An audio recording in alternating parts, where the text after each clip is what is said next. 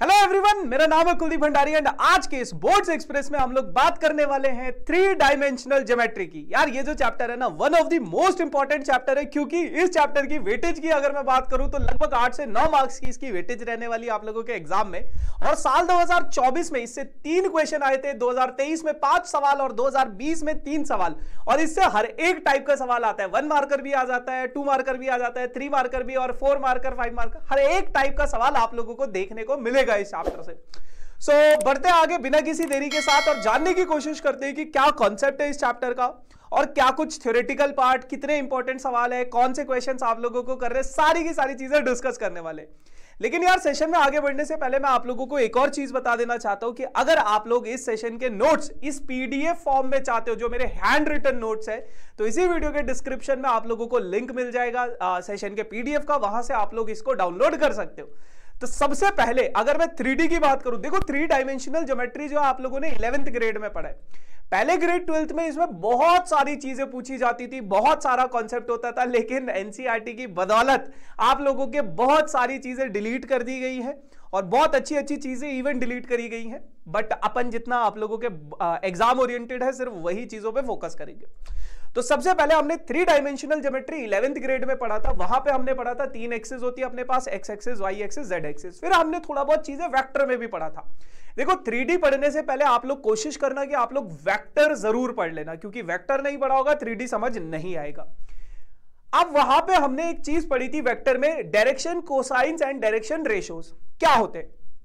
मान लो आप लोगों के पास कोई पॉइंट है P, है ना, इस पॉइंट P की अगर मैं बात करूं, ये अगर x एक्सिस से अल्फा एंगल बनाता है, y एक्सिस से y एक्सिस के साथ बीटा एंगल बनाता है और z एक्सिस के साथ गामा एंगल बनाता है, तो डायरेक्शन कोसाइंस क्या होते हैं? कॉस अल्फा, कॉस बीटा और कॉस गामा। अपन लोगों के पास ये डायरेक्शन कोसाइंस होते हैं और इसको मैं L से रिप्रेजेंट कर देता हूं, इसको मैं M बोल देता हूं, इसको मैं N बोल देता हूं। अब इनके बीच में एक रिलेशन होता है, L square plus M square plus N square is equals to 1 के इक्वल होता है। ये अपन लोगों के डायरेक्शन कोसाइंस होते हैं। अब यहां पे एक और बहुत इंपॉर्टेंट चीज बताई गई है कि जो डायरेक्शन कोसाइंस होते हैं वो 2 होते हैं। किसी भी पॉइंट के, किसी भी वेक्टर की अगर मैं बात करूं तो उसके 2 डायरेक्शन कोसाइंस होंगे, एक पॉजिटिव L, एक नेगेटिव L, क्योंकि ये नेगेटिव एक्स एक्सिस के साथ भी तो एंगल बना सकता है ना। तो वहां से अपन लोगों के पास 2 डायरेक्शन कोसाइंस मिलते हैं। फिर उसके बाद आप लोगों की से अगर मैं बात करूं डायरेक्शन रेशियोज क्या होते हैं, तो डायरेक्शन रेशियोज जनरली 3 नंबर्स होते हैं, A, B और C से इसको रिप्रेजेंट किया जाता है। और इन नंबर्स के बीच में क्या रिलेशन होता है कि A upon L is equals to B upon M is equals to C upon N। ये आपस में प्रोपोर्शनल, एक फिक्स प्रोपोर्शन में होते हैं। तो डायरेक्शन कोसाइंस की रेशियोज की अगर मैं बात करूं तो ये इनफाइनाइट होते हैं, बहुत सारे होते हैं, ठीक है। क्योंकि देखो K की वैल्यू अगर 1 रखूंगा तो A की वैल्यू L के बराबर होगी, 2 रखूंगा तो 2L के बराबर होगी। तो आपके पास इनफाइनाइट डायरेक्शन रेशियोज निकल कर आते। फिर यहां पे एक बहुत इंपॉर्टेंट रिलेशन आपको दिया गया है कि L जो होता है बेटा वो is equals to A upon under root A square plus B square plus C square के इक्वल होता है। उसी प्रकार से M इसके बराबर होता है, N इसके बराबर होता है। तो ये डायरेक्शन रेशियोज और डायरेक्शन कोसाइंस जो हम वेक्टर में भी पढ़ चुके थे। फिर उसके बाद आप लोगों से पूछा जाता है कि अगर 2 पॉइंट्स है, उन दोनों पॉइंट्स को ज्वाइन करने वाली कोई लाइन है। मान लो आप लोगों के पास एक पॉइंट है x1 y1 z1, दूसरा पॉइंट है आप लोगों के पास x2 y2 z2। अब इन दोनों पॉइंट्स को ज्वाइन करके मैंने एक लाइन बना दी AB। अब इस AB वेक्टर को अगर मैं लिखना चाहूं, हमने वेक्टर में सीखा था कैसे लिखेंगे, x2 minus x1 i cap, y2 minus y1 j cap, z2 minus z1 k cap, ऐसे ही लिखा था, ठीक है। अब अगर मैं इसके डायरेक्शन रेशियोज और डायरेक्शन कोसाइंस की बात करूं तो हमेशा याद रखना जो डायरेक्शन रेशियोज होते हैं बेटा वो स्केलर कंपोनेंट होते हैं। स्केलर कंपोनेंट कौन से वाले? ये वाले, x2 minus x1, y2 minus y1 और z2 माइनस z1। और अपना जो डायरेक्शन कोसाइन होता है किसी भी लाइन AB का, है ना, तो वो क्या हो जाएगा, x2 माइनस x1 अपॉन पूरे के पूरे वेक्टर का मॉड, मैग्नीट्यूड के इक्वल, y2 माइनस y1 पूरे के पूरे वेक्टर के मैग्नीट्यूड के equal, z2 minus z1 upon पूरे के पूरे वेक्टर के मैग्नीट्यूड के इक्वल। इस प्रकार के सवाल हमने वेक्टर में भी बहुत सारे किए, है ना। तो इन पे एक एक दो सवाल कर लेना, आप लोगों की बुक में भी मिल जाएंगे। उसके बाद जो इंपॉर्टेंट चीज है आप लोगों के पास वो होती है बेटा इक्वेशन ऑफ अ लाइन। अब इस चैप्टर में आप लोगों के पास सिर्फ 2 ही तरह की इक्वेशन है, सिर्फ 2 ही तरह की इक्वेशन है, बहुत ईजी है और ध्यान से समझना। कहते हैं equation of a line passing through a given point and parallel to a given vector. मान लो आप लोगों को किसी लाइन की इक्वेशन बतानी है। अब आपको दो चीजें दी गई होंगी, एक तो आपके पास एक पॉइंट दिया गया होगा, एक गिवन पॉइंट होगा, और एक पैरेलल वेक्टर दिया गया होगा।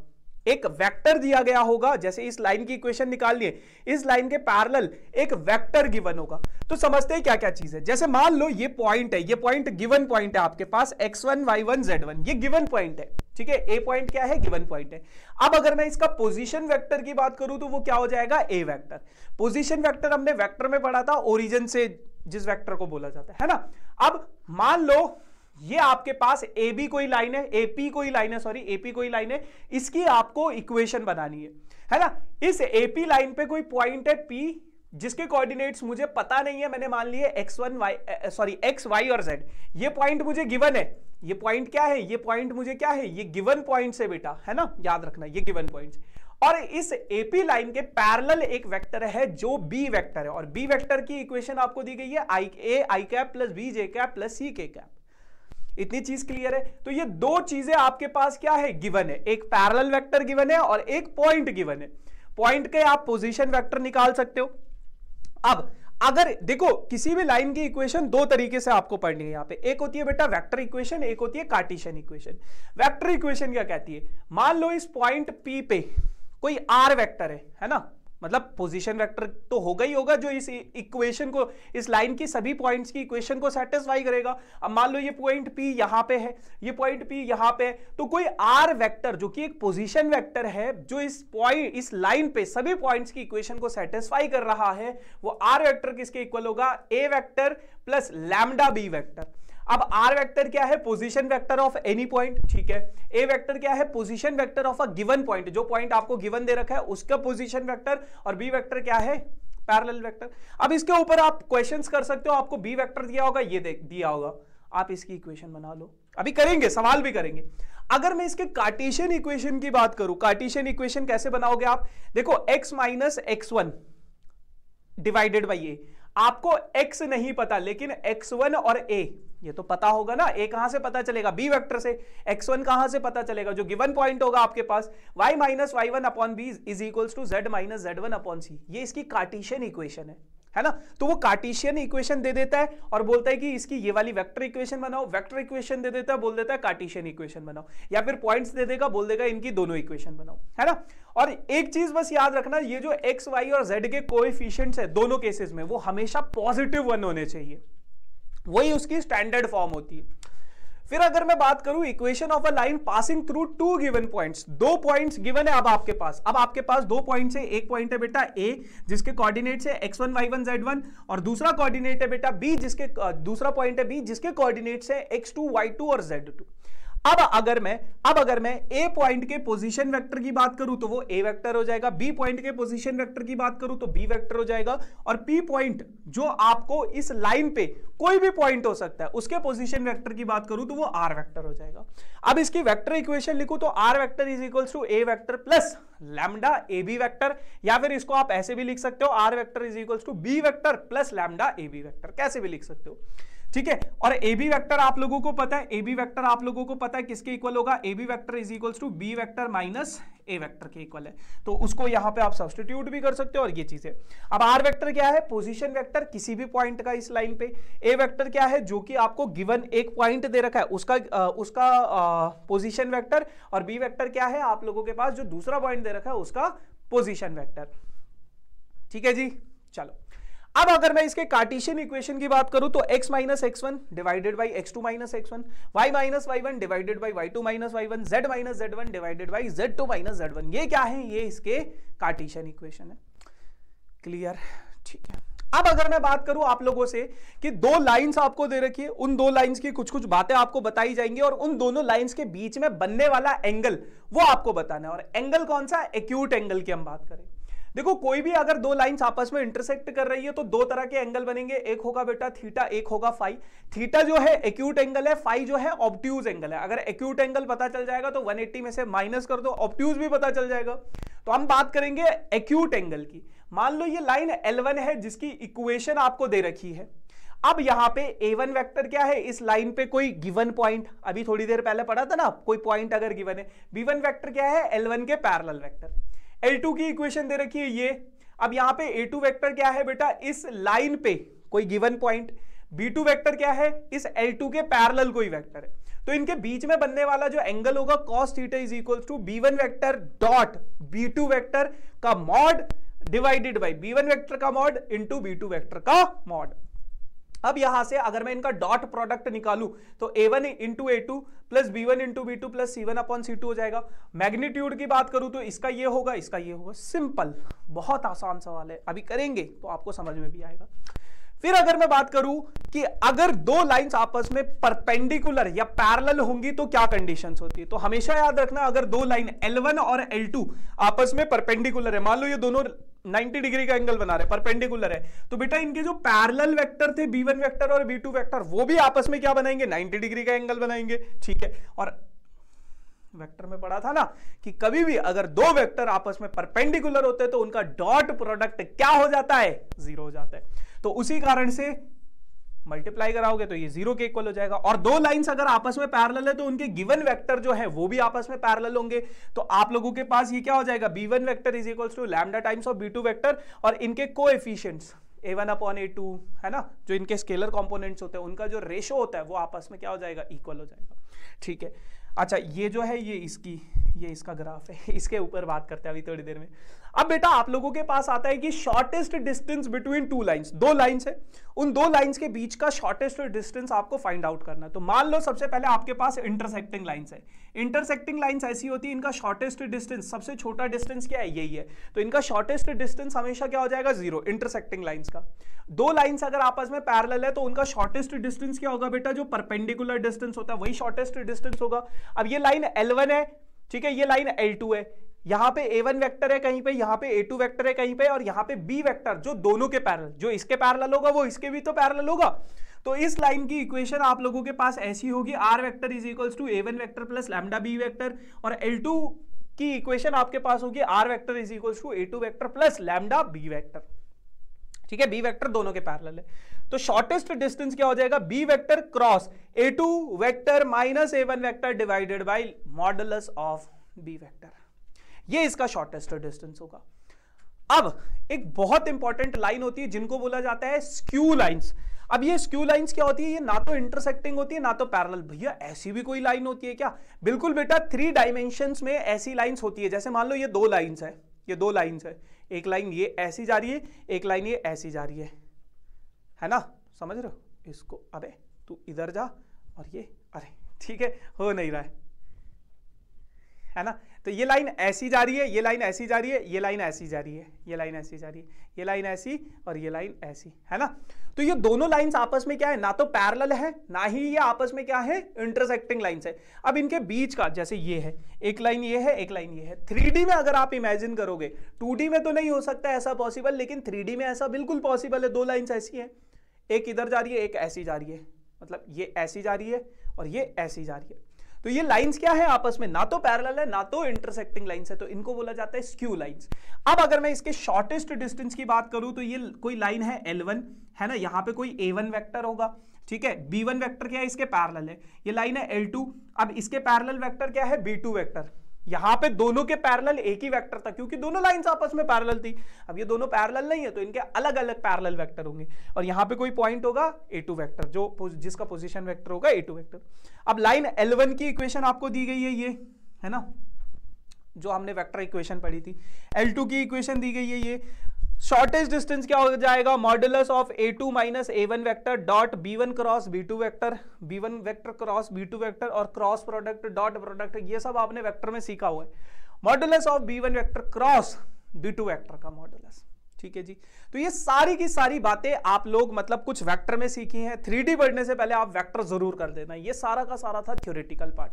आप जानने की कोशिश करते हैं कि यार कैसे सवाल आते हैं और उन सवालों को आप करोगे कैसे। तो बहुत सिंपल सी चीजें हैं। सबसे पहला सवाल आप लोगों के पास है the Cartesian equation of a line. आप लोगों के पास एक लाइन की इक्वेशन दी गई है, इसको आपको कार्टेशियन इक्वेशन दी गई है, सॉरी, इसके डायरेक्शन कोसाइंस लिखने हैं आपको। अब देखो डायरेक्शन कोसाइंस होते क्या थे, हमने पढ़ा था, अगर मैं थोड़ी देर आपको पीछे लेके जाऊं पीछे लेके जाऊं, ये कार्टेशियन इक्वेशन है। डायरेक्शन कोसाइंस होते क्या है? डायरेक्शन कोसाइंस होते ए बी और सी, है ना, ए बी और सी, यही तो डायरेक्शन कोसाइंस होते हैं। यही तो हमने पढ़ा था कि कोई भी लाइन है उसमें जो ए बी और सी होते हैं वही उसके डायरेक्शन कोसाइंस होते हैं। अब अगर मैं बात करूं डायरेक्शन कोसाइंस की, तो मुझे यहां पे क्या करना पड़ेगा? ए बी और सी की वैल्यू निकालनी पड़ेगी। लेकिन जो अपनी कार्टेशियन इक्वेशन की स्टैंडर्ड फॉर्म है, ये स्टैंडर्ड फॉर्म है ना कार्टेशियन इक्वेशन की, इस फॉर्म में इसको चेंज करना पड़ेगा। अब चेंज कैसे करेंगे? बहुत बेसिक सवाल है, 1 मार्क्स का 2 मार्क्स का आपके एग्जाम में जरूर आएगा, तो ध्यान से सुनना। डिजिट्स चेंज होंगी बट सवाल चेंज नहीं होगा। क्या करना है? देखो, आपके पास बेटा जो x का कोएफिशिएंट है क्या है? 5 है, y का कोएफिशिएंट क्या है? 15 है, और z का कोएफिशिएंट क्या है? 10 है, या -10 आप बोल सकते हो।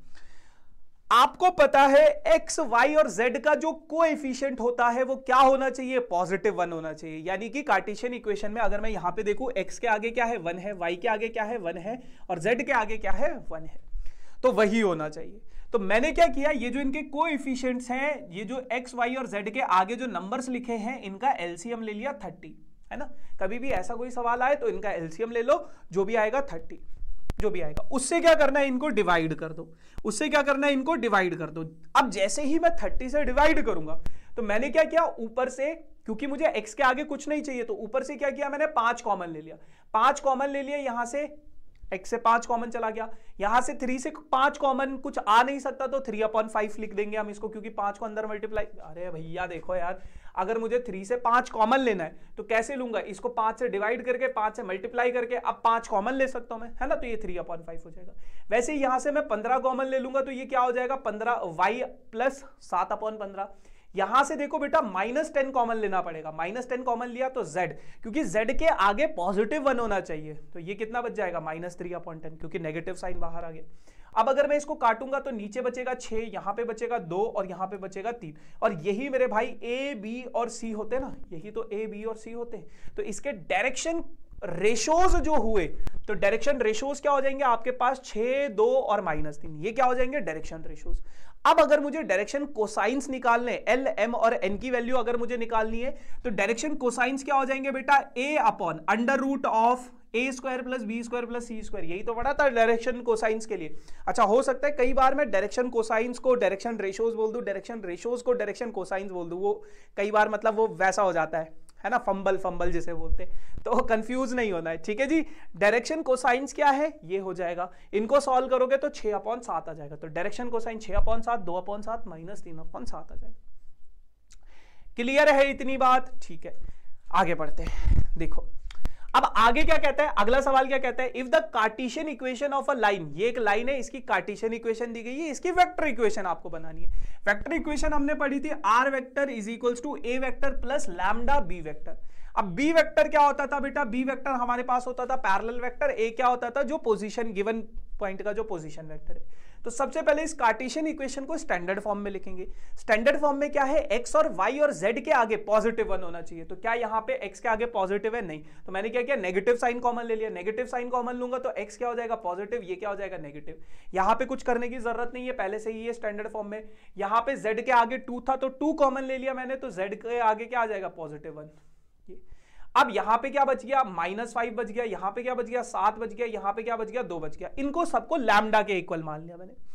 अब देखो बेटा, एक चीज को समझो, मान लो ये कोई लाइन है जिसकी ये इक्वेशन, कार्टेशियन इक्वेशन दे रखी है। अब इस लाइन पे कोई पॉइंट है x, y, z, है ना, वो इस लाइन की इक्वेशन को सेटिस्फाई करेंगे, है ना, x, y, z, वो इस लाइन की इक्वेशन को सेटिस्फाई करेंगे। और इस लाइन की इक्वेशन को अगर मैं लिखना चाहूं तो xi cap plus yj cap plus zk cap, है ना, zk कैप, यही तो इसकी वेक्टर इक्वेशन होगी। तो मुझे अगर कहीं से x, y और z की वैल्यू पता चल जाएगी तो बात बन जाएगी। तो मैंने क्या किया? इसको लैम्डा के इक्वल रखा। ये जो मेरे पास रेशियोज आए थे, इसको लैम्डा के इक्वल रखा। अब अगर मैं इसको लैम्डा के इक्वल रखूंगा तो यहां से x - 3 is equals to -5 lambda हो जाएगा। x की वैल्यू हो जाएगी 3 - 5 लैम्डा, 3 उतर जाएगा पॉजिटिव ये, तो ये x की वैल्यू हो गई। ऐसे ही मैं y की वैल्यू निकाल लूंगा, ऐसे ही मैं z की वैल्यू निकाल लूंगा। x, y और z जैसे ही मैंने निकाल लिया तो इस इक्वेशन में इस इक्वेशन में मैं सब्स्टिट्यूट नहीं कर सकता क्या? तो x की वैल्यू, y की वैल्यू, z की वैल्यू। अब बस मैंने क्या किया? लैम्डा वाली टर्म्स को एक साथ लिख दिया और इसको अलग लिख दिया। 3i कैप -4 जे कैप प्लस 3 के कैप, और लैम्डा वाली सारी की सारी टर्म्स को एक साथ लिख दिया लैम्डा कॉमन लेके, तो ये इसी फॉर्म में मिल गया। तो ये क्या है आपके पास, ए वेक्टर आ जाएगा, और ये क्या है आपके पास, बी वेक्टर, जो कि पैरेलल वेक्टर है।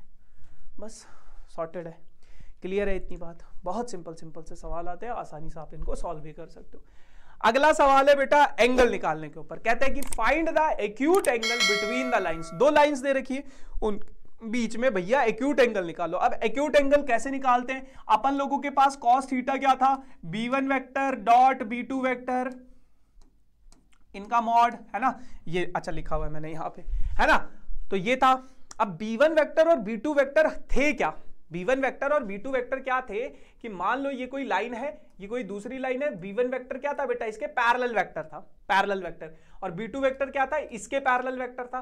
और b1 वेक्टर की जो इक्वेशन हम लोग लिखा करते थे वो लिखा करते थे a1 i cap plus b1 j cap plus c1 k cap. यानी कि इस लाइन का जब मैं कार्टेशियन इक्वेशन लिखूं, वेक्टर इक्वेशन लिखूं, जो भी लिखूं, इस लाइन के जो डायरेक्शन कोसाइंस होते थे, डायरेक्शन रेशोज जो होते थे, है ना, इस लाइन के जो डायरेक्शन रेशोज होते थे वही तो मेरे पास a1 a2 b1 b2 वो हो जाते थे। तो इस लाइन के अगर मैं डायरेक्शन रेशोज लिखूं तो डायरेक्शन रेशोज क्या है, ये नीचे वाले डायरेक्शन रेशोज है 3 4 और 5, है ना। अब अगर मैं इसके पैरेलल वेक्टर लिखने की कोशिश करूं, इसके पैरेलल अगर मैं b1 वेक्टर लिखने की कोशिश करूं तो वो क्या हो जाएगा, 3i cap plus 4j cap plus 5k cap, यही तो होगा भैया। देखो ये लाइन है, इसके पैरेलल एक लाइन है b वेक्टर, b1 वेक्टर मान लिया मैंने।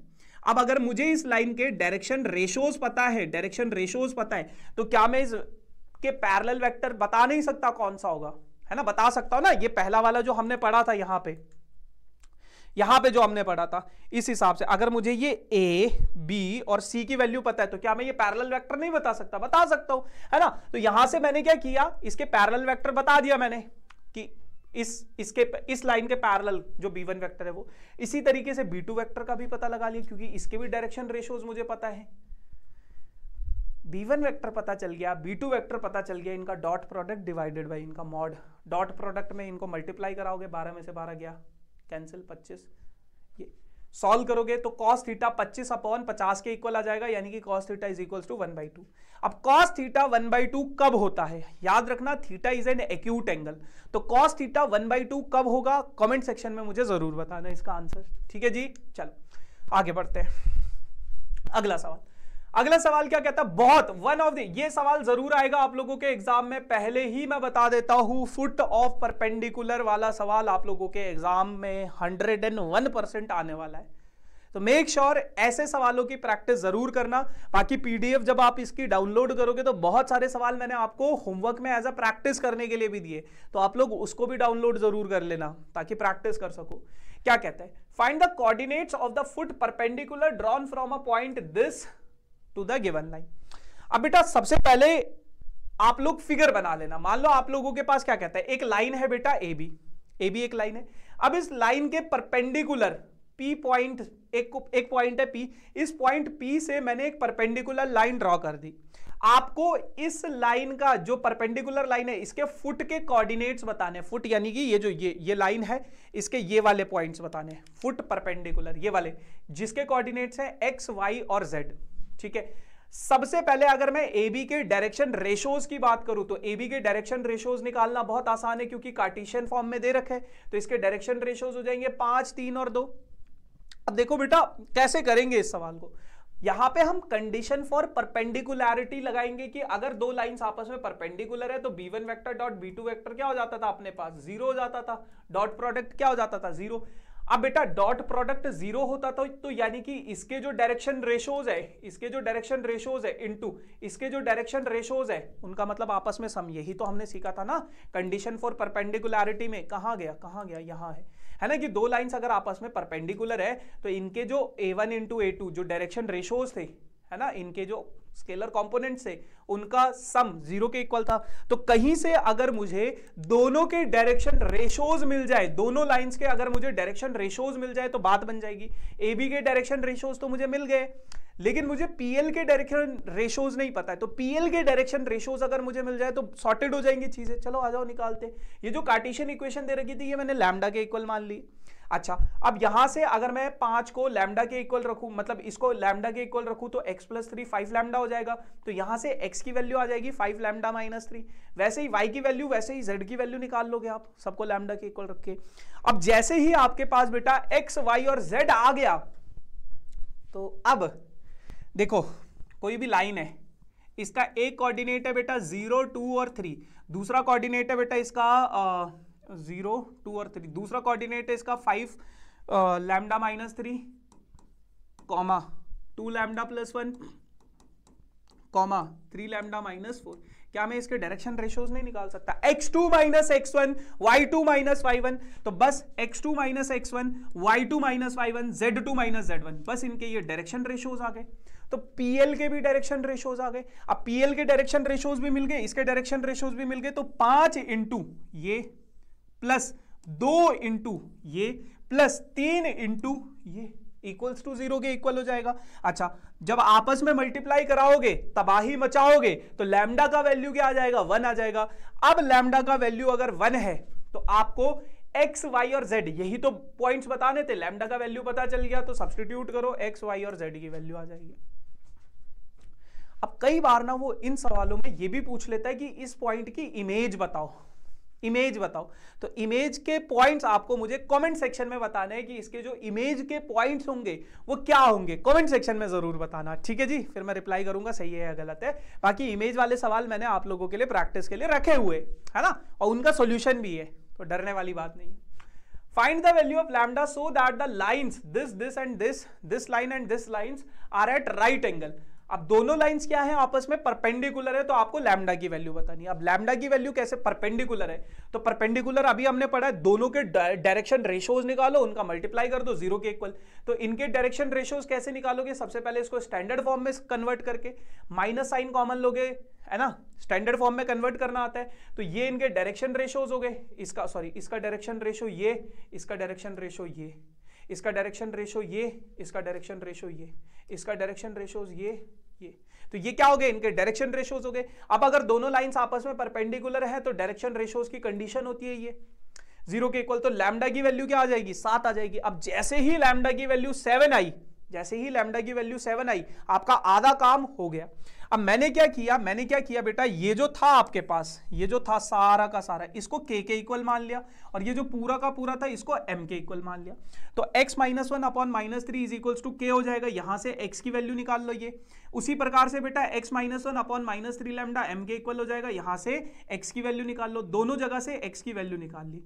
अब अगर दोनों लाइंस आपस में इंटरसेक्ट करेंगी तो जो भी x की वैल्यू होगी वो क्या होगी? इक्वल होगी। जो भी y की वैल्यू होगी वो क्या होगी? इक्वल होगी। जो भी z की वैल्यू होगी वो क्या होगी? इक्वल होगी। तो जब हम इनको इक्वल रख के देखते हैं तो यहां से k और m इक्वल आ गया, यहां से ये दोनों इक्वल नहीं आए, यहां से इनके बीच में कोई और रिलेशन बन गया। तो इसका मतलब क्या है? इसका मतलब ये है, इक्वल नहीं है तो बाबू इंटरसेक्टिंग कैसे होगा, है ना। इक्वल नहीं है तो ऑब्वियस सी बात है वो इंटरसेक्टिंग हो ही नहीं सकता। तो इसका मतलब क्या है? ये जो दोनों की दोनों लाइंस है वो आपस में इंटरसेक्टिंग लाइंस नहीं है, ठीक है जी। अच्छा, अब एक और सवाल है ना, क्योंकि इंटरसेक्टिंग लाइंस होंगी तो बेटा जो भी है x वाला पॉइंट मैं अगर इसको कंसिडर करूं तो इस लाइन के लिए भी x वाला पॉइंट और इस लाइन के लिए भी x वाला पॉइंट सेम होना चाहिए ना। अब आपको ये प्रूव करना है कि ये दोनों की दोनों lines do not intersect each other. Similar type का सवाल है जैसे पीछे किया था, है ना। सबसे पहले यहां से इनके डायरेक्शन रेशियोज निकाल लो। डायरेक्शन रेशियो मतलब इसको ये इसके डायरेक्शन रेशियोज है, निकालने की भी जरूरत नहीं, गिवन है। इसको लैम्डा के इक्वल रख दिया, इसको म्यू के इक्वल रख दिया। यहां से x की वैल्यू ये आ जाएगी, ये आ जाएगी, ये आ जाएगी। यहां से अच्छा, यहां से x की वैल्यू ये है, ये है, ये है yz। यहां से इस दूसरी लाइन से इक्वेशन से x की वैल्यू ये है। अब अगर दोनों लाइंस आपस में इंटरसेक्टिंग है तो x वाले कोऑर्डिनेट्स आपस में इक्वल होंगे, y वाले इक्वल होंगे, z वाले इक्वल होंगे। कंपेयर किया तो मेरे पास ये 3 इक्वेशन बनकर आ गई। एक इक्वेशन ये बनी बेटा, एक इक्वेशन ये बनी, और एक इक्वेशन मेरे पास सबसे ज्यादा इंपॉर्टेंट जो ये बनी। अब अगर मैं इन दोनों इक्वेशन, क्लास 10th में सीखा था, 2 इक्वेशन है, 2 वेरिएबल है, उनको सॉल्व करूंगा तो एलिमिनेशन मेथड से, तो म्यू और लैम्डा की वैल्यू निकल कर आ जाएगी। म्यू की वैल्यू आ गई -12, लैम्डा की वैल्यू आ गई -17। अब देखो, अगर लाइंस 3 लाइंस है, अगर तीनों लाइंस आपस में इंटरसेक्टिंग है या जो भी है, दो लाइंस आपस में इंटरसेक्टिंग है, तो यहां पे जो पॉइंट होगा, कॉमन पॉइंट होगा, वो सभी लाइंस की इक्वेशन को सेटिस्फाई करेगा। तो अगर मैं इस लाइन में, क्योंकि म्यू और लैम्डा क्या है, इनमें कॉमन पॉइंट्स है, तो जैसे ही मैं म्यू और लैम्डा की वैल्यू इस लाइन में सब्स्टिट्यूट करूंगा, अगर ये इक्वल आ गए तो लाइंस इंटरसेक्टिंग होंगी, अगर इक्वल नहीं आए तो lines do not intersect with each other. LHS RHS equal आ गया तो यहां LHS में मैंने सब्स्टिट्यूट किया -109 और ये -2 हैं, जो कि आपस में इक्वल नहीं होते, hence these two lines do not intersect with each other. ठीक है जी। सो यस गाइज, बाकी ये जो मैं इमेज वाला सवाल बता रहा था ना, इसका इमेज का आंसर मुझे कमेंट सेक्शन में, मतलब पहले वाले का बता देना, है ना। तो ऐसे सवाल आप लोगों के पास हैं, जैसे ये सवाल है, ये इसका सॉल्यूशन है, ये सवाल है, ये इसका सॉल्यूशन है, ये आप लोग नोट्स डाउनलोड कर लेना, मैं हट जाता हूँ, स्क्रीनशॉट लेना, स्क्रीनशॉट ले लो।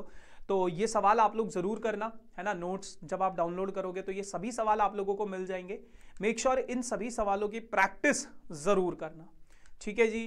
चलो, सो बाकी बहुत सारे सवाल हैं, है ना, कर लेना। और yes guys, this is all about for this session. I hope आप लोगों को अच्छा लगा होगा। बाकी do like, share and subscribe this channel for these type of amazing sessions. Thank you so much, tata bye bye.